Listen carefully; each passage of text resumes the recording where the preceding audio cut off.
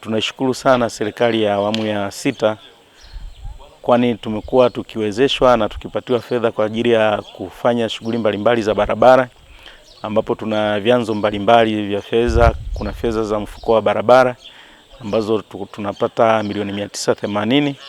Pia tuna fedha za mfuko wa jimbo ambazo tumepata bilioni 1, na tuna fedha za tozo ya mafuta yani fuel levy ambazo tumepata bilioni 2.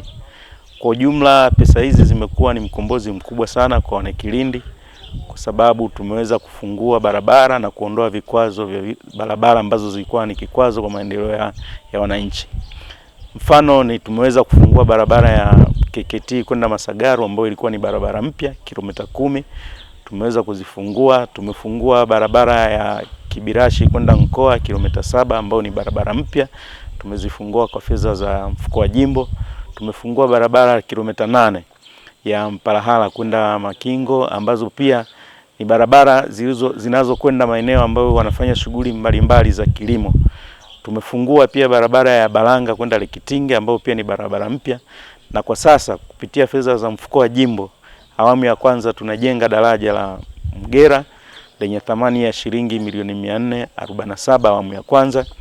Na daraja hili likikamilika litakuwa ni mkombozi kwa wananchi wa Mgera, kwa sababu huduma za kijamii zinapatikana ng'ambo ya pili. Licha ya kwamba tuliwatatulia tatizo kwa kujenga kivuko cha waenda kwa miguu, lakini magari hayawezi kwenda ng'ambo ya pili. Hivyo basi serikali kupitia fedha za mfuko wa jimbo tumeweza kuanza ujenzi wa daraja la Mgera, na pia tumefanya usanifu wa daraja la Negero ambalo lina upana almost wa mita 70, ambalo pia ni kiunganishi kikubwa watu kata ya Negero, kata ya Kimbe na kata ya Kilindi asilia.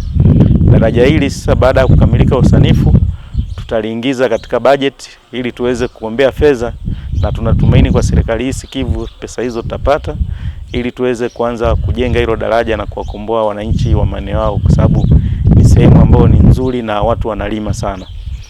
Lakini pia kupitia fedha za World Bank kupitia mradi wa Rise tumepata shilingi milioni 730 ambazo zinafungua kilomita 26 barabara ya Tamota kwenda Vyadigwa, na barabara hii itakuwa ni kiungo kizuri sana kwa wananchi kutoa mazao eneo la kilimo kupeleka kwenye barabara kuu ya Kwaruguru Kibirashi ambayo ni barabara ya TANROADS.